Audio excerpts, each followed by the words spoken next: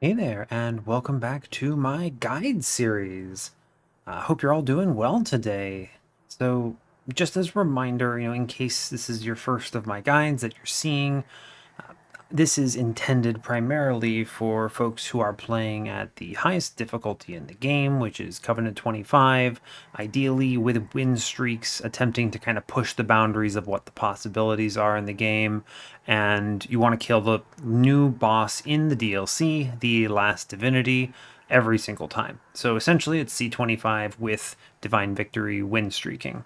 Now, that said, I will be completely and comprehensively explaining the mechanics that we'll talk about today for all of you who are just trying to get wins and get familiar with the game or the DLC.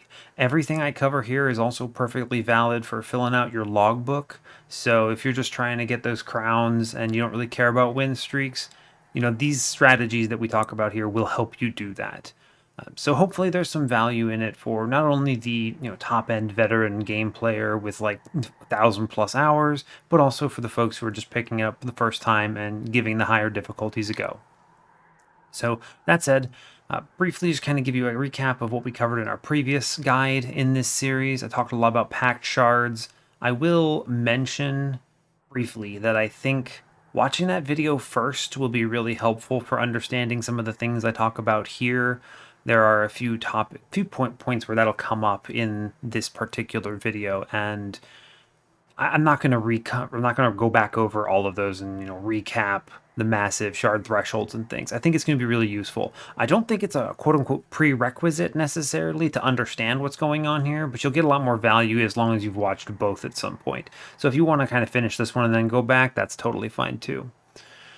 This guide actually came to me randomly today as I was just talking to some folks on the official Monster Train Discord server, and I found that a few people were talking about how to know how strong they are. And if by some miracle any of you watching this video end up being one of the people I was talking to, well, this one's for you, and I hope it helps you out. And we'll be covering all of those topics and more. Basically, how to identify how strong you are and why it's important and things like that. So yeah, that's essentially kind of what we'll be covering here. As a reminder, leave a comment with your ideas for other guides that you'd like me to cover in this kind of over-explained fashion. And like the video and subscribe if you want to see more. There's not too much more to it than that, so let's dig right in. So the first part of this that I want to cover is, what the heck do I mean by power level? What is a power level? So I don't have a run prepared for this particular setup, and what we'll do is I'll at some point in this video towards the end, I will pop into here and just kind of run through a quick kind of intro on how I approach things. But for now, we're going to be looking in the logbook mostly. It's really hard when you're looking at like your champion or something like your cards or your clan to be able to measure how strong you are in a vacuum, right? So, like, Hornbreaker Prince has a few paths. Like, Brawler Prince, for instance, if you've watched any of my videos where I play these champions, you might look at it and go, okay, well, you won with this path or something, so it's clearly strong. But how do I know how strong it is at a given point? It's difficult to measure. And that's essentially what I'm talking about in power level, right? Because I could have a completely out of control run with Brawler Prince, just as using it as an example since it's the first thing on my screen. And it could just be out of control strong and overwhelm every combat, no problem. I could also have a little bit of a struggle fest with it, right? Like if I'm missing the important card drafts or things, or if I don't have the synergies in order to get it off the ground, or maybe there's a lot of other factors that play into it. Maybe I'm just too slow, or things like that. So, this isn't an official term or anything. Power level is not something discussed in the game at all. It is just what I call your power level, right? I mean, it goes without saying, it's pretty self explanatory in that. It's essentially me covering this concept of how strong you are at a given point in time. And it measures a lot of different elements, right? It's not going to be something that is just your champion, right? In some cases, maybe, I don't know, maybe you have Little Fade, right? And Little Fade is very, very strong, and just seeing this makes you very strong overall. But maybe you have a more average champion and you're just having a fine time of it. Maybe you have okay cards, maybe you have awesome cards. It's going to matter a lot what your banner units are in this case, right? Do you have an Apex Imp? Do you have Deranged Brute? Or are you running around with, I don't know, Alpha Fiend? Have you only seen Demon Fiend Consumer of Crowns in a banner pick? Things like that. And it's also important when I talk about power level to think about how much stronger do I get between rings, right? So oftentimes you will draft, or rather, not even draft. Obviously, that your drafts matter, but you will choose whether you path left or path right based on which one makes you the strongest in the most cases, right? Now, obviously, you don't know what those shops have. You don't know what those unit banners have. You don't know what your caverns are. There's a lot of randomness in that.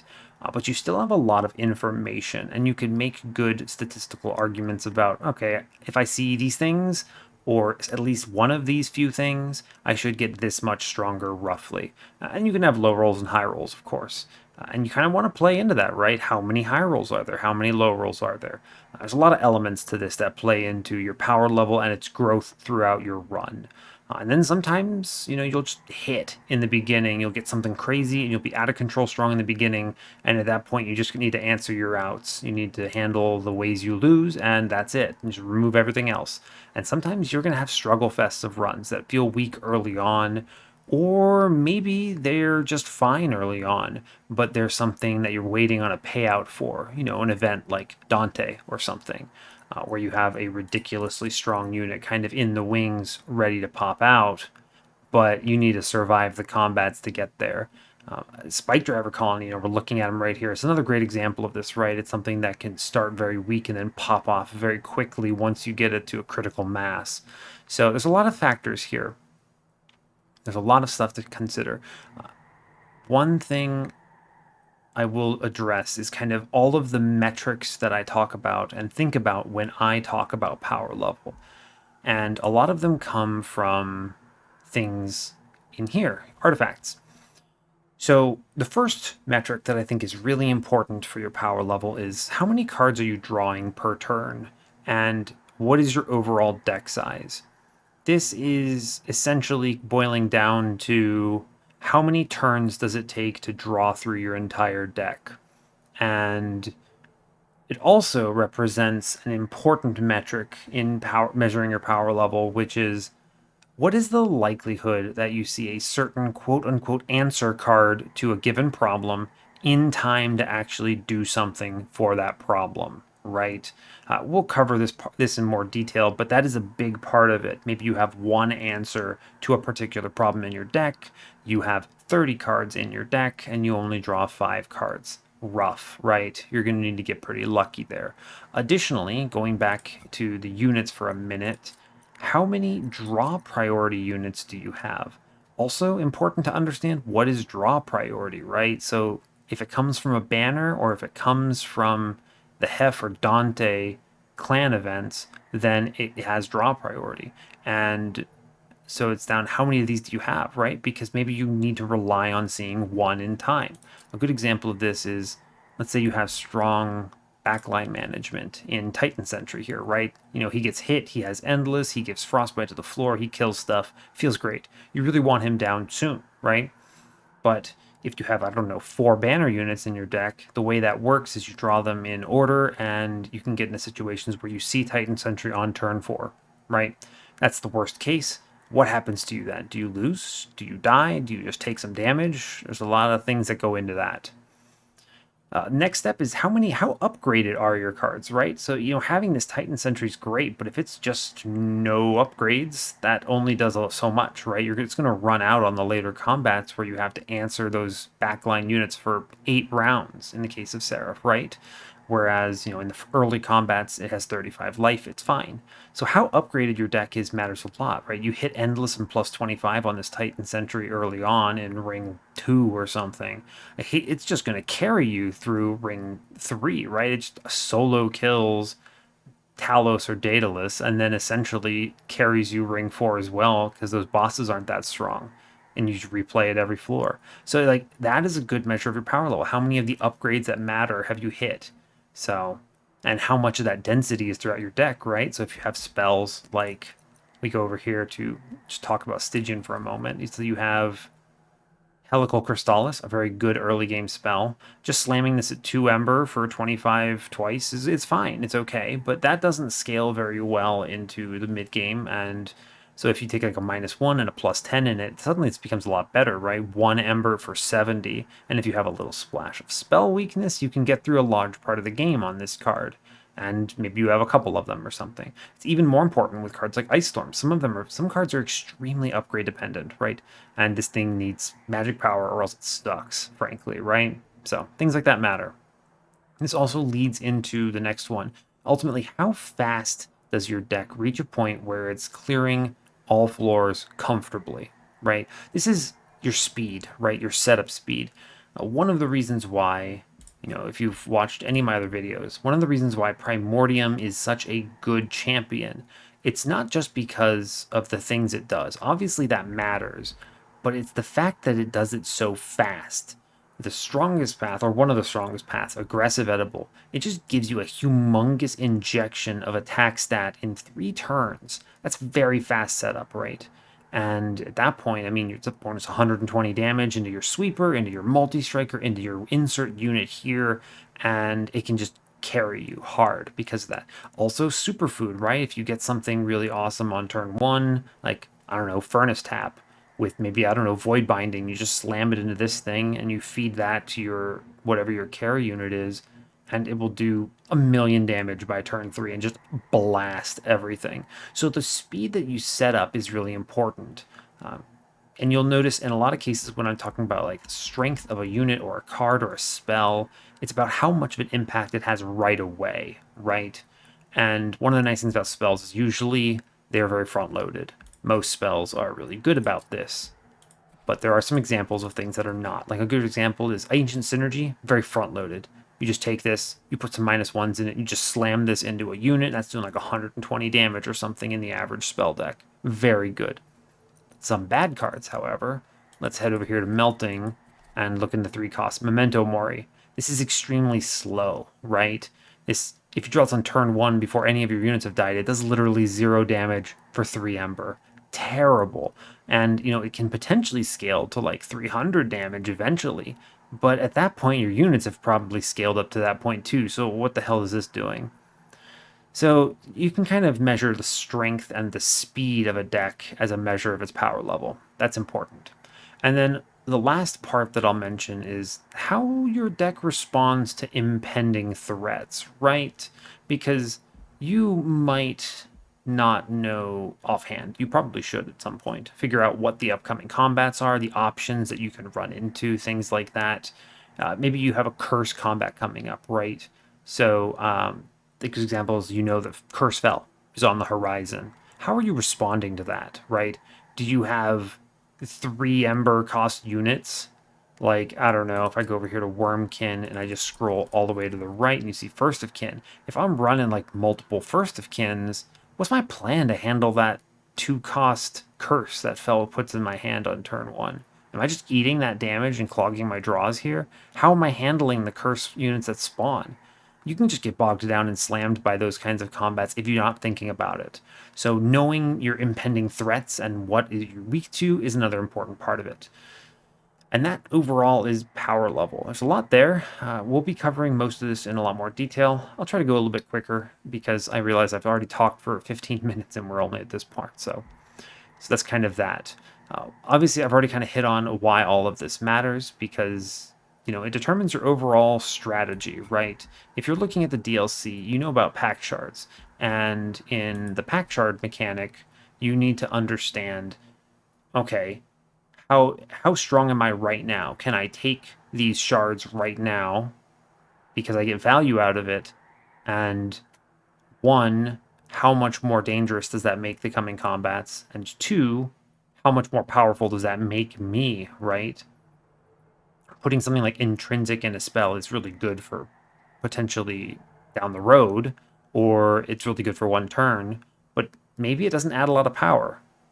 Maybe it does, right? Maybe your intrinsic it goes into a furnace tap into superfood primordium, and then all right, well, take it away. But understanding kind of the growth there is very important. It sets the tone for how you're going to plan out your overall packed strategy for a run. And additionally, it's going to tell you whether or not you can comfortably take trials. These will let you power up even faster, and they're really important for that, right? So they're really important, especially in the DLC, right? Because you have double whammies of pack shards with the trials, and sometimes they overlap in ways that make you take really threatening combats. And, lastly, as part of this, it really matters for how much brain power your run is going to take, right? And that sounds weird to say, but some runs will naturally require a lot more consideration for your plays. Things like, I'll pull it up real quick. If I go into the log and I look at Burnout Rector, Dark Calling, this naturally has a very high skill cap and a very high skill floor, right? Which means that you need to be good in order to really benefit from this. It's hard. Fade, I think, is the strongest champion in the game, bar none. And yet, people still lose with her regularly because she's tricky. And understanding how her power level scales throughout a run is very difficult and different from the other champions. So stuff like that matters. Your playstyle also will potentially have you moving faster than most. That can get you killed if your deck is not overwhelmingly strong, right? Maybe you haven't hit that high roll with Apex Imp, right? Oh man, I win the game automatically by seeing Apex Imp. You can kind of turn your brain off to some extent when you have this unit and get a decent upgrade set into it. But, if you haven't gotten there, if you're playing really fast, you are fairly likely to kill yourself. Frankly, when you're win streaking, how much time you spend thinking about it is directly correlated to how well you do. And my average run to get to this point and to have all the wins on the channel so far is very long, frankly. In my normal personal runs, it's looking like an average of 2.5 hours for a run, right? Which is a long time. Some people go faster. It's fine. You can get all that good win streaking with shorter runs, but thinking hard matters. And you want to give yourself enough time to work through all the different lines and all the different upcoming turns. So, as I will say, I mentioned it briefly earlier, some prerequisites for kind of getting value out of this video beyond this point. Understanding upcoming combats and their makeups. So if I say what Ring 7 combats can you encounter, you should probably be able to identify what they are. This would be things like Winged Conduits, for instance, or the Pyre Wings combat, or the Shade Wings. Being able to identify all those in advance is important, especially since you don't know which one you have in a given run, right? You have to plan around all the possibilities. Things like, oh yeah, Crystal Cloak is on Ring 5. That really matters. You're also going to want to understand pack shards very closely, and you're going to want to know the pack shard thresholds that matter. I made a whole video on this. I recommend go checking it out. It will be the one prior to this in the series. Very valuable, and knowing all the information there is going to help you a lot. So that's that. Moving on to let's talk a little bit more about power level. A crucial component of this that I think is frequently overlooked is kind of the statistics of it, right? Your power level is not consistent throughout your run, right? So let me just pop this open and just start a random run. And I'm not actually going to play through too terribly much here. I just want to show you an initial deck state and then talk from that position, right? So we'll random here. Seems good. I'm not going to talk through this intro at all. I'm just going to skip right past it. And I'm going to pop open our deck. Okay, so from this position, you can see a lot of different things. You know how big your deck is. You have 22 cards, and you recognize that you're drawing 5 cards a turn. Neat trick. You can click over here on this little icon right here, and it'll pop up some information for you. You are drawing 5 cards a turn. You have 3 Ember per turn, and you have 5 initial capacity on each floor. So that means I see every card in my deck in 5 turns. Right. And it's not exact because it's 22, so there will be some overlap and a reshuffle, but that's fine. It means the bottommost card, whatever it happens to be, will always be seen in 5 turns. And that is important because what if that bottom card is a really important card? A good example of this might be if I go in here and I look at clanless cards that are spells, and I scroll one and I show you good old Wingmaker. You might have plus 30 and hold over on this thing, and it is a beast at that point, but you only have one of them, right? And with only one of them, if you have my current deck, which is 5 draw and 22 cards, seeing this on the 5th turn, what does that do to you, right? Let's say you're in the Shadewings combat, right? If you're not playing that until turn 5, does your floor just outright die to whatever those Shadewings are doing in that draw order? Right? Because if your floor just dies, well, you've lost because your entire scaling plan is now gone. Similarly, does your Pyre just die if they leak and somehow you don't get run over? You know, a good example of this might be you have Light's Gift, right? So with Light's Gift, you don't take that hit on top floor, cool, but they still walk to your Pyre. Do they slam you? That's a good question. You want to be able to measure that. Another important part of this is, where are they? Do they even show up in here? Huh, that's weird. I would have expected them to show up. The boss relics. Yeah, I guess they don't come up in here. So anyway, the boss relics, one of them is +1 draw, one of them is +1 ember, one of them is +1 space to each floor. The ember and space are obviously, they have their own value. They do their own thing. They matter for different reasons. But the one I want to draw attention to is the one that adds +1 draw. Because if I go back here to my run, suddenly I'm drawing 6 cards. I now see my whole deck in 4 turns, right? 4 turns instead of 5. That matters because now I'm guaranteed to see that Wingmaker a turn sooner, which is important. And essentially, when I'm talking about the statistics of power, I'm thinking about what is the likelihood I get got, right? What is the worst case draw order? And what is the chance I see something, right? So there are obviously other draw relics that can contribute to this too, right? Like Winged Steel or Sap Tap or whatever. And those help a lot. They essentially add 1 draw as long as you can reliably trigger them. So that's good. So be thinking about things like density of solutions in your deck and the statistics of power, right? Because you want to be looking at this combat and you want to essentially say, what draw orders kill me? A great example is if I had Burnout Rector, right? Let me pull him up real quick. I go over here. If I have Burnout Rector, right? Let's say I have no cards. Or let's say even better, I have 1 card in my deck that extends Burnout on him. Okay. With 1 card that extends Burnout, what are the draw orders that kill me, right? If I play him on turn 1, because you're going to rely heavily on your Burnout Rector for carrying your floor 1 combat. And if he burns out, you might just lose, right? So you need to be thinking about that. You might actually hold off on playing Burnout Rector until the 2nd round, until the 2nd time you see him, so he's always available for the boss, right? And additionally, you might have Chains as your first combat, and if he's your boss, then he may be adding blights to your deck that slow you down. Maybe you don't see Burnout Rector, or maybe you have to play through all of your starting Train Stewards in order to get them out right away, right? Because you know, if you play them, they essentially quote unquote consume. You don't see them again in your redraws. Obviously, other things play into this too, like you have cards like Root Seeds that just add draw to your next turn, which is just crazy strong. So, you know, you're more likely to see your whole floors. So, there's a lot of good stuff like that. Following on to that, I want to kind of cover things that fall into 2 categories. The first that we're going to talk about is prospective takes. So, sometimes you'll hear me or any player talk about a prospective take. I'm going to click this horde here and see if I see one. I do kind of, actually. Okay, so Winged Steel here is a prospective take.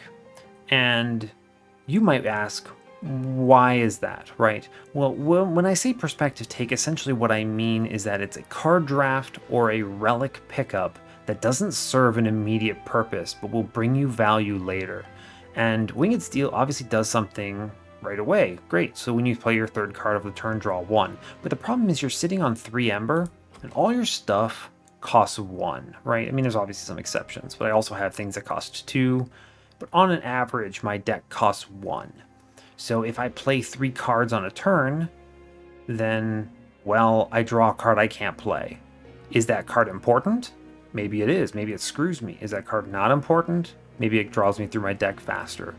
So it's actually a detriment early on, right? This is the definition of a perspective take. It's really strong later once you've made your deck cheaper or you have more Ember or whatever.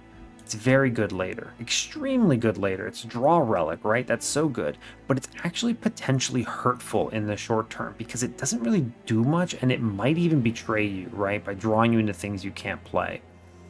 Um, so if I click this here, it's great. I now have taken a perspective take. What does this mean? This usually means that I have gotten a little bit weaker in the short term because this has some punishment or there's the opportunity cost, right? Well, obviously the other relic in that case didn't have a ton of value, but I have sharpened, so it might have done something. If my other relic might have been, I don't know, something that does immediate stuff, like, I can't think of a great example, but like Bog Slime, or maybe that's Bog Slime with Return Soul? Sure, why not? It gives me a lot of stuff. Or Carving Karuska is a great example. It's a really strong relic to play with these Echo Transfers that I have. There might have been a really good immediate value relic there, and I skip that one to get the Perspective relic, which means that I now have given up kind of there's the opportunity cost, right, of taking this Perspective relic. You now have no other relic of value. And this also happens a lot in the DLC with unit infusions, right? So I just slam over here on units real quick and I toggle essences.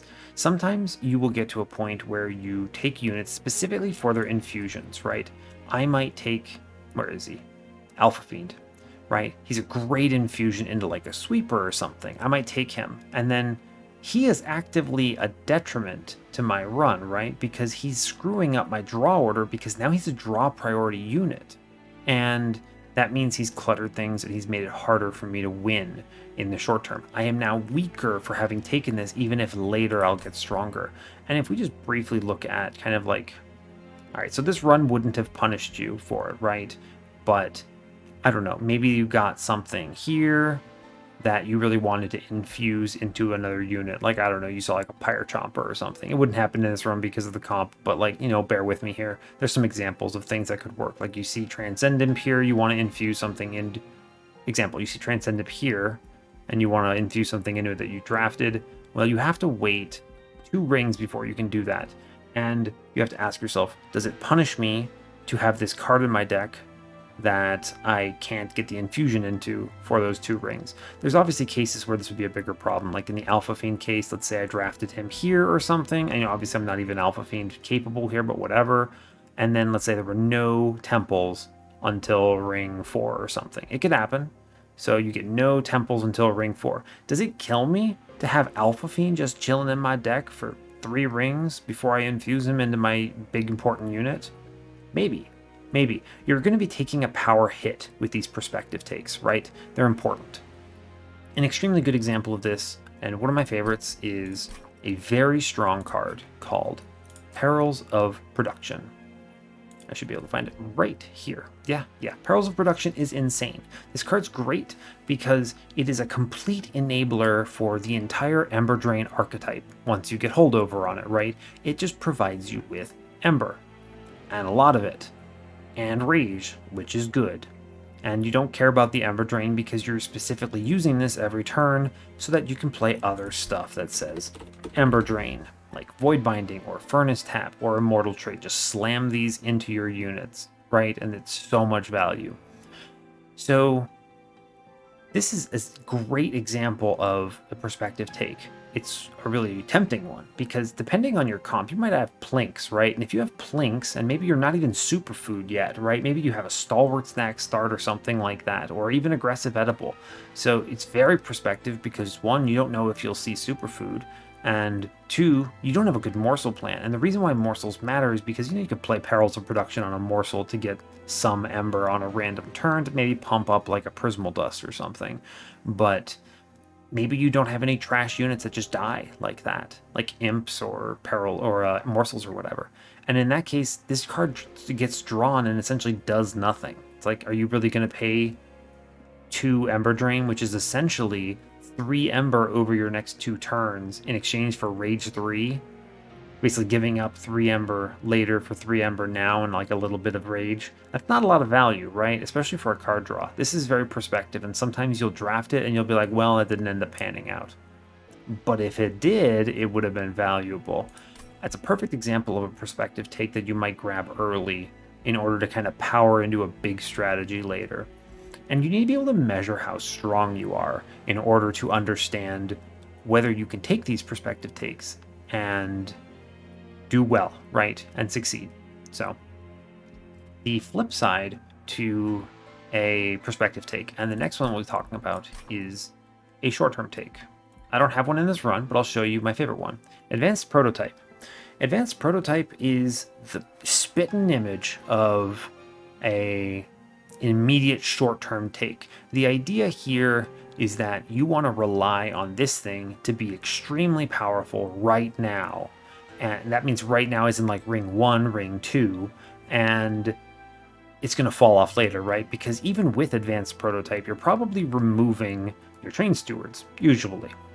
And so it falls off pretty hard. Another good example of one that I like to talk about is, where is it? Conscription Notice. Now, this one does have some potential high roll value later in the run. Sure.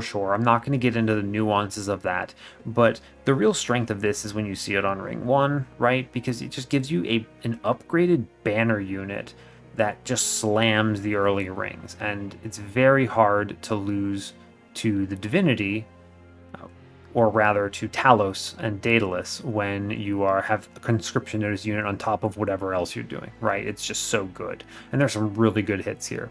These are both awesome, immediate value short-term takes. The other thing that's worth noting in short-term takes is not just relics. These are probably the best examples. There are other relics that do it, but there are some units as well. So if I go back here, usually you need to have some kind of a unit by ring 2, right? It's pretty hard for a champion to just solo ring 2. There are some setups that can do it depending on your starting cards and some other factors, like if you saw Advanced Prototype, then sure, you maybe don't need a unit because your Train Stewards are strong enough, but you need some kind of a unit by ring 2. And if you go right here, you might see, I don't know, Thorned Hollow and Awoken Hollow. Maybe this trial of ring 1 was a money trial. Okay.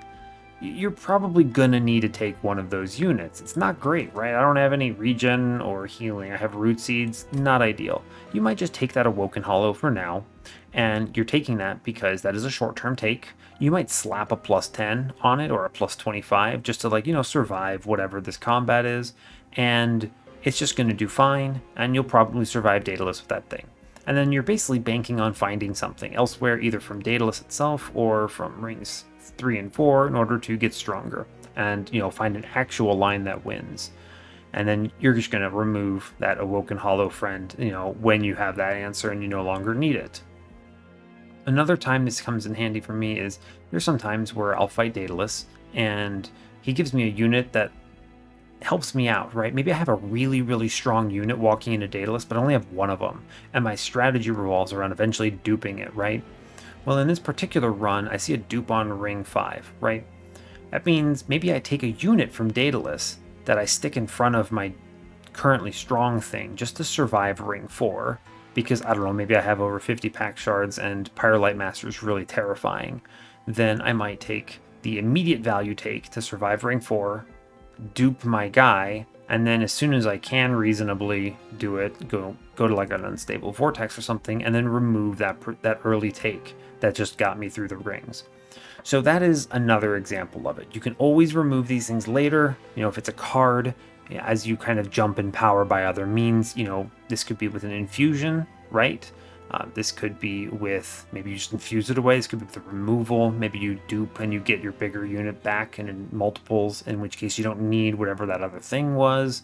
And there's a lot of stuff like that. So it's important to look at these correctly with the right mindset. You see something like I'll go back into the relics real quick. Advanced prototype. You see something like this, you shouldn't look at this and go, well, it's bad because I'm eventually going to remove all my train stewards anyway. No, you should look at this instead and go, this is very strong right now, and later on it doesn't hurt me. I'll just remove the train stewards, it's fine. But you also don't want to swing too far the other way, right? You don't want to look at this and go, oh man, I can keep my train stewards forever, because you probably shouldn't. There are, of course, some cases where you might, but you probably should not. So, yeah, that's kind of the concept of the short-term take there. The next thing I want to talk about is Pyre HP a little bit. So, basically, the next question is, are you punished for your mistakes by taking a little bit of pyre damage, or are you killed? This seems obvious, right? You only lose the run when you hit 0 pyre HP. So I have 40 pyre HP, which is a resource that I can spend. Really 39 pyre HP, because that last HP is a requirement to keep alive. But you have a lot of leeway here. And it matters because obviously taking damage is bad, right? Taking damage is bad because it moves the needle for your run closer to death. I feel a lot more comfy at 40 than I do at 20, right? I have to take fewer risks when I'm at like 10 pyre HP than when I'm up here. And similarly, if I hit like a, Pyrestone case, whatever it's called, Pyrestone housing, casing, it's this thing. Where is it? Yeah, precious plating. Wow, I was so wrong. The Pyrestone one is this other guy down here. This thing is what I was thinking of. Precious plating is the important one. This just gives you 40 life, right? Or another example is Pyrewall, which gives you 15 quote-unquote temporary life that refreshes each combat. That gives you a lot of excess resource that you can burn. And when I say you can burn it, I mean you're going to trade it at trials, right? You're going to trade it by taking pack shards and then seeing upgraded elites in these coming combats, and maybe they become strong enough that you leak them, or maybe the boss itself gets shard upgraded to be a little too difficult, and you take a slam in the pyre from that. You will basically be doing trading with that. And trading pyre HP is a really important strategy. If you play things like dailies or other things that are reliant on score in this game, you might be strongly encouraged to quote-unquote never take pyre damage, right? While that's ideal, perfect combats are great. They're kind of the ideal case, right? You get whatever you want, you take shards, you take trials, you win no damage, great. While that's ideal, sometimes it's not possible, and sometimes it's not smart, right? It's not smart necessarily to skip this boons and this trial just so you take no damage, right? Because you've given up a lot of power there potentially. So that is an important consideration. Some things that are important to consider here as well. The early game trials in rings 1 and 2 are very foundational for a good run. You see a unit trial that gives you a banner unit as a result. That's a lot of value. Sometimes you can trade, 3 to 18 pyre HP, sometimes even more. And frankly, they're usually worth it to find a winning line, right? It lets you find another unit that maybe is really important, especially depending on what banners are available and whether or not one of these is gold, right? Because that can be a problem. So, depending on what you're looking for, right? And sometimes you will even do that for a gold trial. You absolutely must have enough gold walking into a specific shop to re-roll it. There's a lot of cases where that can happen. I'm not going to give you examples, but if you've played this game at all, you know that happens. And so this could be maybe you need enough gold to re-roll and find that quote-unquote one upgrade you desperately need. It could be holdover, it could be multi-strike, it could be quick, it could be endless, it could be a lot of things, and you have to find it, so you need the money. This is most common down here on ring 7, right? So right here, because this is a 400 gold trial, right? And it's always spooky, right? You've got, Heaven Seal, you've got big armor, you've got the invasion with wilt wings, you've got spell shield too. If you're a spell deck, that's horrifying. There's a lot of things that you trade here, and this can cost you a lot of pyre HP. But sometimes you walk into ring 7 and you're not strong enough to win. you do not have the power level to beat Seraph and the Divinity, or one or the other specifically, and you need the money to like pick up some extra trinkets and just kind of go for a little bit of a Hail Mary. If you have quite a bit of a low roll, maybe you need to do that and you just slam this trial and you sack 60 Pyre HP for that trial, and maybe that 400 gold saves you, because that's that 60 Pyre HP wouldn't have done crap if you were going to lose the Seraph no matter what, right? Like if you're just dead on Relentless and you need to hit something, re-roll a shot, buy 3 relics or something like that. So that will sometimes be necessary, fairly rarely, but sometimes. And sometimes trading Pyre HP will be wrong because, again, it's a resource, and you can spend that resource in the Seraph and Divinity combats too. Maybe your run's not perfect and you still leak some things. That's okay, right? You have that resource to spend, so it's important. The next thing I'm going to be talking about a little bit is kind of some tricks to measure your strength at any given point in your run, right? There's a couple things here. I won't spend too much time talking about them, but I do want to hit on them. And I will say up front, almost all of your ability to gauge your strength will come from experience with the game and, frankly, rote memorization and reference material. Know what waves are coming up in a combat. If you see the Apprentices of Light in Ring 1, know what those look like. Know key pack shard upgrade thresholds. From my previous video, I'm not going to hit them here, but 15 is a really important one in Ring 1, right? That's a super critical one, so know what that one means, right? Additionally, know what possible upcoming combats are even happening, what bosses there are. Being able to see something like Chains on Ring 1 is really scary in that Burnout Rector composition I described earlier, because he slows you down drawing through your deck when you're trying to look for Rector. Or sweep combat on Ring 2 can just kill you if you're relying on a dude that has, 3 life and you have no scaling for that, right? You can just die if you haven't planned that right. Maybe you have to take a plus 25 in order to get the strength to not die in that context. So another big part of that obviously comes from being good at quote-unquote quick math. So imagine your floor does 50 damage, the boss kills your tank in 5 turns, you get 250 damage in. Let's say your damage unit has 2 HP or something, right? So it just dies in one hit. So you get 250 in. Boss has 180 HP, maybe you're fighting the Inquisitor friend, the guy with the giant sword here, so you win. Cool. Being able to identify, doing the quick math of all right, what are my numbers roughly at? How strong do I get after a few turns? That's important. And bouncing off of that into the next one, you will regularly, for me, if you watch any of my videos, and maybe you don't, that's fine, but if you do, you'll notice that I regularly am playing combat cards after I've already gotten the red X on a combat, and there's a reason for that. I see a lot of naive strategy suggestions from, quite frankly, veteran players that say that that's wrong, right? Because you might mess it up. There are some cases where, a good example is if I had Patient Seraph, right? He rallies and he incants when you play units and spells. And sometimes you don't want to do that, right? Because you're just powering him up and you're asking to hit some kind of a damage threshold that kills you, right? So yeah, there's some truth to what's being said there. And the logic really is you have the win, so playing cards can only mess it up. But the truth is, I regularly am playing cards in these early combats at the end, anyway, to measure how strong I actually am getting once I play that last handout, right?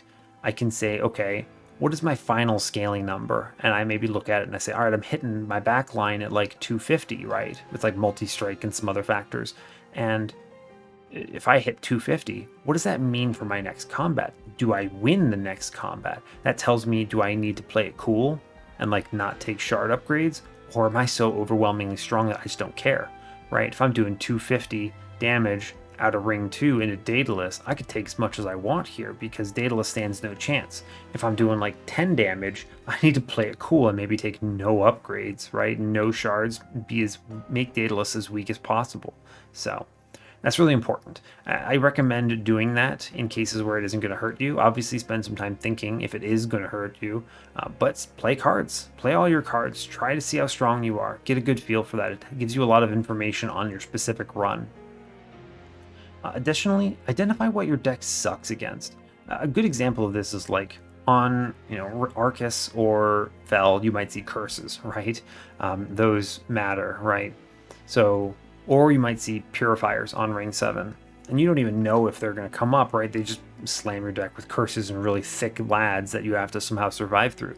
And some really strong decks are punished very hard by this, being like, let's look, I'm in Wormkin right here, but if I were going over here and I just scroll all the way to the right, I have First of Kin, I have the 3 Ember unit. If I don't take any Ember, right, there's a huge risk to me here, right? Like, if I have Curse Fell or something, then, I mean, obviously I don't here, but if I had Curse Fell, she puts 2 Ember cost Blight in my hand on turn 1. How am I playing 5 Ember? What's my solution to this? Do I just take that damage? Well, how am I handling this on other turns? What if I have expensive spells and I haven't seen enough magic shops, right? So this is just an example, right? Blights are a very obvious example of something your deck might suck against, and you might be punished very hard by that. And so a good way of approaching this, maybe you keep a really large buffer of Pyre HP walking into those cursed combats, or like Ring 7 where you might not even see one, right? If I have 120 HP, I can usually eat some of those. As long as the slowdown of drawing blights doesn't kill me or prevent me from scaling and finding my important cards, then yeah. Generally speaking, I approach runs by always planning for the one thing that kills me, right? Maybe it's like, a good example is Dark Calling Rector with Reform. One of the scariest combats is Ring 5 because of Crystal Cloak. You need to make sure your units are alive long enough and have enough burnout to not only strip her stealth, but also actually kill her in Relentless, right? And not just burn out. So you're going to be identifying turns way in advance. How do I make sure I have enough turns? I'm doing extra math, I'm planning, I'm leaving Train Stewards in, I'm putting Endless on random stuff, I'm stealthing my Titan sentries, weird things like that in order to buy those turns. And I'm being able to measure your one weakness and your strength against that is really important. Really important. And the last thing I'll suggest in this kind of tips and tricks is using tools, right? Ta-da! This up here, cosmetic mods, for instance, are totally fair game in these win streaks, right? And they can help you with things you might otherwise not remember. Like, the classic example is, I look at this Arcus symbol. I don't know what the heck this means. They all look the same. There's like a demon in there, and there's some up and down arrows. What the hell is that? I don't know. In the moment, I'm never going to remember this. But the fact is that I have a mod installed called More Boss Information that I will literally never turn off that tells me a lot of information about this. This is a cosmetic mod because this information is presented to you at the beginning of the game. You know what this information is, but maybe you don't remember it. And you get through, like, I don't know, an hour of your run and you're like, crap, what Arcus is this? And this tells you, right? The base game doesn't have all this full information. You only get the information for Seraph. So obviously that's unfortunate. This also tells you some other things. You notice that this tells me that Daedalus in this case with double barrel effect is supported by conduit infiltrators. Oh, so it's a haste combat. That means I need to be thinking about the haste on that floor. So maybe I don't set up on mid, right? Because then those units just walk by me, and maybe if I'm low HP, they just kill me. So it's stuff like that that matters. Use your tools. And it's not just mods, right? This mod is obviously one I made. This is not a plug, right? But this is an important tool that I think is critical for winning, is using the resources available to you. Other things exist out there on the internet, right? The Monster Train wiki, for instance, has improved drastically in the past 6 months or so. It's a great resource for stats, shard upgrades, scaling things like that. Lots of good reference. Additionally, don't feel bad about cracking open your logbook in the middle of the run and being like, a good example of this is, let's see if I can see one right. Yeah, here it is. Divine Horde. You're looking at this, you should be thinking about, what is the average hit here? What are the high rolls? What's really good? Like in this run, I am Spine Chief, and I don't know what the heck I'm going to run. I haven't looked at my champ path yet, but there's a lot of things that are really good here, right? I can look in the logbook and I can pull up relics and I can scan through all the options. Wormkin relics are really good, so I feel pretty strong about taking those relics in general, right? Very good hits. So things like that. Use your tools. There are also Excel spreadsheets out there in the universe that have information on lots of different stuff, right? So maybe look around, watch some YouTube videos, get some strategies, stuff like this. This literal video is a tool that you should be using, right? That provides some resource for you that hopefully will make you do better. So that's super important and I think really helpful. Next, I'm going to hit on a few of the mistakes, I think. This is kind of the last topic before we close out this video, but I want to hit on what I think the main mistakes are that I think people make here. I think the obvious choice for a mistake is you overestimate how strong you are, you take a trial that kills you. A great example of this. We go in the logbook, we look at Little Fade. Let's say you are Little Icarus or Firelight. Cool, you've picked these paths, they're crazy strong, right? You go into this ring, it's Apprentices of Light, which are the damage shield friends, and you take a trial that gives them spikes. Whoops, you have just killed yourself. You now lose the run. You get run over by that combat, frankly. You probably just outright lose on ring 1, and you maybe look at it and go, what the heck? Little Fade's supposed to be strong. How am I losing? This is bullshit. And the truth is that it's because that trial just killed you. You even will go so far with Little Fade as to avoid taking these early shards until you've gotten to a point where you've stabilized, right? Things like hitting your primitive molds on the right turn are so critical early on. And if you just draw bad, like, whoops, bad draw order, draw 5 primitive molds on turn 1, you can just lose if you take these upgrades, right? So you have to be very careful about that. That's probably the most obvious mistake, frankly. A lesser obvious mistake, is not identifying your deck's weaknesses correctly and solving them before they kill you. So a really good example of this, probably the best one I can think of, frankly, is we go all the way down to the bottom and we look and think about the Divinity, right? Let's say your scaling plan requires a top floor setup for some reason or another. And that might be you just need all the space on the top floor or whatever.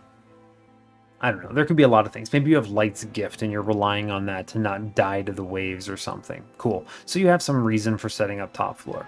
And in this case, you've gotten the Light's Gift. You're pretty well prepared. But I don't know. Whoops. You made the mistake of, I don't know, having Tethys in your run, right? And Tethys has 9 HP, and oh no, your Tethys gets killed because you don't necessarily draw into your solution, right? That's tough. Some other examples might be things like handling Seraph the Patient, dealing with its attacks, its melee weakness, its scaling. If you're playing things like imps or tombs, you might be able to scale it too high to the point where it just runs you down. Answering it with like damage shield or silence or chump blockers, morsels even. There's a lot of solutions to it, but maybe you just didn't draft anything. Obviously I see people make those mistakes all the time. They have some crazy strong run and then they just get sent because they didn't think about this. Which is really unfortunate, right? Yeah, it's really unfortunate. Your deck might be really strong in some ways, right? And do like, I don't know, 600 damage with quick and sweep. That's pretty awesome, right? You just slam everything. But if your unit has like 25 HP and you're fighting Patient or the Divinity, you're going to be taking hits from them. Whoops. You should probably put some effort into making sure your unit doesn't die, because it will, and it'll feel bad. I had a run recently where I did this. I almost lost this run because I turned my brain off when my run got too strong. I had like Primordium into a quick sweeper. It was exactly the context, right? And through ring 8, actually, because I had, I think, like some random, I think it was like Diligent or something. He didn't attack, right? So through Seraph, I just cleaned house, right? I just killed everything, pre-relentless kill, no problem. My HP scaling was morsels, but I didn't answer the question of how do I keep my morsels alive, so I couldn't set up top floor on the Divinity, and I didn't answer the question of how do I keep my sweeper alive. It had 25 HP. I barely skated by the win there, and I had to sacrifice Primordium to the ether. I like sent him in as a tank in order to survive. And if I had just been smarter about that run, not turned my brain off, I think I would have identified that issue a lot earlier and not had a problem with it. So yeah, think about your weaknesses, identify them. And then I think the last thing, and I mentioned this briefly as like, I think briefly in the earlier case when I talked about Wingmaker, is I think the least obvious mistake that kills people the most is not realizing how important drawing certain cards early is.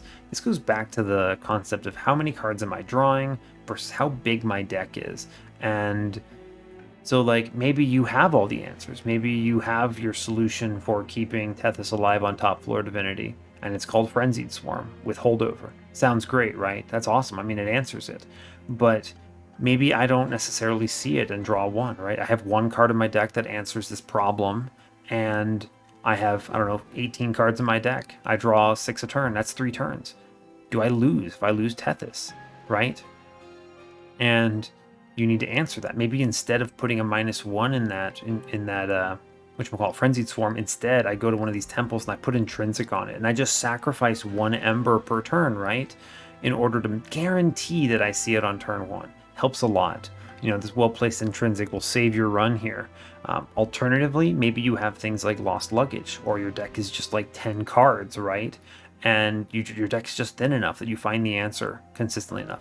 Or, you know, another solution that you maybe see me and other like high win streak players do is maybe I just dupe my solution. You know, a good example of this is you're fighting Patient and you really need to hit that unnamed tome in order to avoid scaling it because you're using an imp plan or something, right? I sometimes will just dupe the unnamed tome twice and have 3 of them in my deck and then just slam the first one I draw because it increases my draw density, right? So that I'm actually hitting the answers when I need to see them. So that's really important. The other thing that you'll see I talk about is, so like in this context, I talk about things like turns until I lose, right? Like maybe my Sirens on top floor Divinity have, I don't know, some measure of scaling, but they only really ultimately get up to like, I don't know, 25 HP by turn 3, right? Which means I lose in 3 turns from the start. Do I draw my whole deck in 3 turns? Do I see my answer? Maybe I see a Sap card or a Daze card or something. And you know, understanding this and your turns to death essentially is critical for win streaks, particularly with no reset, right? Because if you just reset combats, then you know your draw order and you can play around that pitfall a little differently. Maybe you reset and you try middle floor and you just play 1 less Siren or something, right? Maybe you still get there. Obviously, you know, when you're learning the game, don't be afraid of resets, but I think when you really want to push yourself, stop resetting the game, right? And you'll eventually just get good and get better at it and handling those situations. So that is, I think that really covers everything, right? That covers all the stuff I wanted to talk about here. And frankly, this video is long enough that I don't want to spend too much time running through a combat and talking through card drafts. So we'll skip that stuff and jump right into kind of my closing remarks here. You know, when I first came up with this idea for the guide today, I was worried there wouldn't be a lot of content, really. I was thinking that maybe, man, I'd be talking about this for like 10 minutes, and then what else do I say? But frankly, obviously, as given by the fact that we're like 55 minutes into this video, I had quite a lot to say about it, and I hope it was useful, right? Definitely, the reality is that this is complex and difficult enough that there's enough thought that goes into it and enough pitfalls that people fall prey to that I think there's a lot of value in hearing this information. It'll definitely be, you know, measuring your power level and dealing with it is one of the hardest things you'll do in this game because it requires math and it requires thought and it requires experience and tools and references and memorization and just a lot of stuff and familiarity.